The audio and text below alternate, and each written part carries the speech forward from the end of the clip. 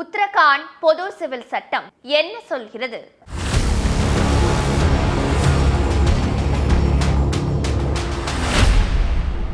கடந்த 2 நாடாளுமன்ற தேர்தல்கள்ல பாஜகவின் வாக்குறுதிகள்ல முக்கியமானதாகவும் சர்ச்சையானதாகவும் பார்க்கப்பட்ட பொது சிவில் சட்டத்தை இந்தியாவிலேயே முதல் மாநிலமா சட்டமன்றத்தில் தாக்கல் செஞ்சிருக்கு உத்தரகாண்ட் அரசு. அனைத்து மக்களும் ஒரே மாதிரியான சட்டத்தை பின்பற்றுவதற்காகவே பொது சிவில் சட்டம் கொண்டு வரப்படுறதா ஒரு தரப்பினர் சொன்னாலும், பொது சிவில் சட்டம் மற்ற மதத்தினரின் உரிமைகளை பறிக்கும் விதமா இருக்கிறதா மற்றொரு தரப்பினர் குற்றம் சாட்டினாங்க. நாடு முழுக்க பெரும் அதிர்வலைகளை ஏற்படுத்தின பொது சிவில் சட்டத்தை நாடாளுமன்ற தேர்தலுக்கு சில மாதங்களே இருக்கிற நிலையில பிப்ரவரி 6ஆம் தேதி சட்டமன்றத்தில் தாக்கல் செஞ்சிருக்காரு உத்தரகாண்ட் முதலமைச்சர் புஷ்கர் சிங் தாமி. இந்த நிலையில நாடாளுமன்ற தேர்தலுக்கு முன்னாடி மற்ற பாஜக ஆளும் மாநிலங்களையும் பொது சிவில் சட்டம் தாக்கல் செய்யப்பட வாய்ப்பு இருக்கிறதா வெளியாகிற செய்தி அரசியல் களத்துல விவாத பொருளா மாறியிருக்கு.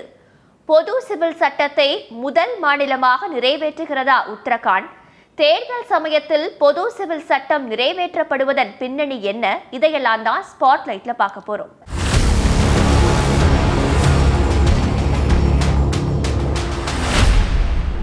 மத்திய அரசு உருவாக்கிய பொது சிவில் சட்டம் தொடர்பா ஆராய நீதிபதி பிரமோத் கோலி, சமூக செயற்பாட்டாளர் மனு கவுர், முன்னாள் உத்தரகாண்ட் தலைமைச் செயலாளர் சத்ருகன் சிங் உட்பட 5 பேர் கொண்ட உயர்நிலை நிபுணர் குழுவை அமைக்க உத்தரகாண்ட் முதலமைச்சர் புஷ்கர் சிங் தாமி உத்தரவிட்டிருந்தார்.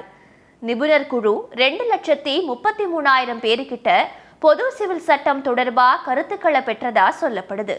நிபுணர் குழு தனது இறுதி அறிக்கையை முதலமைச்சர் கிட்ட கடந்த வெள்ளிக்கிழமை கொடுத்துச்சு. 749 பக்கங்களை கொண்ட அந்த அறிக்கையில சில நடைமுறைகளை தடை செய்யறதுக்கும், அனைத்து மதத்தினருக்கும் ஒரே மாதிரியான திருமண வயதை நிர்ணயிப்பதற்கும் பரிந்துரை செய்யப்பட்டுள்ளதா சொல்லப்படுது. மேலும் முஸ்லிம் தனிநபர் சட்டத்துக்கு கீழே திருமணம் மற்றும் விவாகரத்து செய்யும் நடைமுறை தண்டனைக்குரிய குற்றமா நிபுணர் குழுவின் அறிக்கையில குறிப்பிடப்பட்டிருக்கு. இந்த வரைவு மசோதாவுக்கு உத்தரகாண்ட் அமைச்சரவை கடந்த ஞாயிற்றுக்கிழமை ஒப்புதல் கொடுத்துச்சு. அதைத் தொடர்ந்து பிப்ரவரி 6ஆம் தேதி உத்தரகாண்ட் சட்டமன்றத்தில் பொது சிவில் சட்டத்தை தாக்கல் செஞ்சிருக்காரு உத்தரகாண்ட் முதலமைச்சர் புஷ்கர் சிங் தாமி.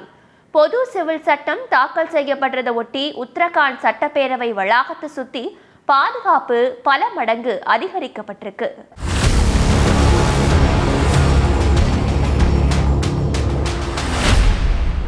இந்தியாவில் இருக்கிற ஒவ்வொரு மதமும் திருமணம், விவாகரத்து, சொத்து பகிர்வு, பழக்க வழக்கம், தத்தெடுக்கும் உரிமை, ஜீவனாம்சம் உள்ளிட்டவையில ஒவ்வொரு நடைமுறையை பின்பற்றுறாங்க. ஒவ்வொரு மதத்தவருக்கும் தனித்தனி சட்டங்களும் இந்தியாவில் நடைமுறையில இருக்கு. அனைத்து மக்களுக்குமான பொதுவான சட்டத்தை கொண்டு வரத்துக்கு பொது சிவில் சட்டம் கொண்டு வரப்படுறதா சொல்லப்பட்டுச்சு. இந்த நிலையில இப்போ உத்தரகாண்ட் அரசு தாக்கல் செஞ்சிருக்கிற பொது சிவில் சட்டத்துல பல விஷயங்கள் முக்கியமானதா பார்க்கப்படுது. உத்தரகாண்ட் அரசின் பொது சிவில் சட்டத்தில இருந்து பழங்குடியின மக்களுக்கு விலக்கு அளிக்கப்பட்டிருக்கிறதாகவும் தகவல்கள் வெளியாகியிருக்கு.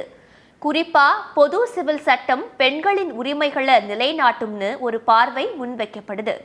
இஸ்லாமியர்கள் பின்பற்றும் முத்தலாக் முறை பொது சிவில் சட்டத்தின் மூலம் முடிவிற்கு கொண்டு வரப்படும்னு சொல்லப்படுது. பெண்களுக்கு சொத்துல சம உரிமை கொடுக்கிறது, பெண்களுக்கான திருமண வயது வரம்ப ஒரே மாதிரி நிர்ணயிக்கிறது உள்ளிட்ட விஷயங்கள் உத்தரகாண்ட் அரசின் பொது சிவில் சட்டத்தில் இடம்பெற்றிருக்கிறதா சொல்லப்படுது. மத ரீதியான வேறுபாடுகளை களைய பொது சிவில் சட்டம் கொண்டு வரப்படுறதா பாஜகவினர் சொல்லி வந்தாலும், மதங்களின் தனித்துவத்தை அழிக்கும் விதமா பொது சிவில் சட்டம் இருக்கிறதாவும் கருத்துக்கள் முன்வைக்கப்படுது.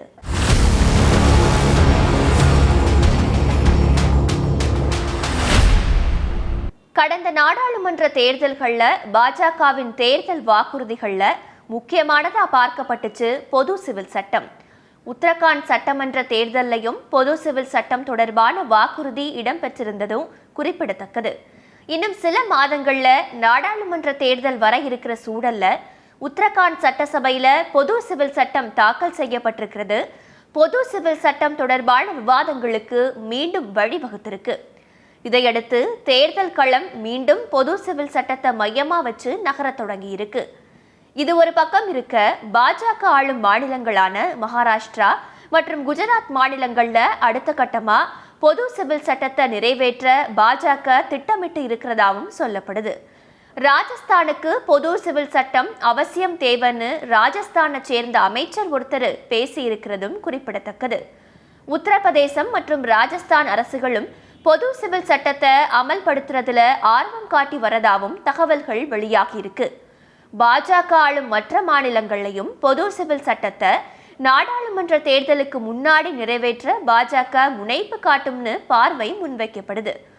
பொது சிவில் சட்டத்தை நடைமுறைப்படுத்துறதுல பாஜக வேகம் காட்டுறது பாஜகவின் தேர்தல் வியூகமாவே பார்க்கப்படுது.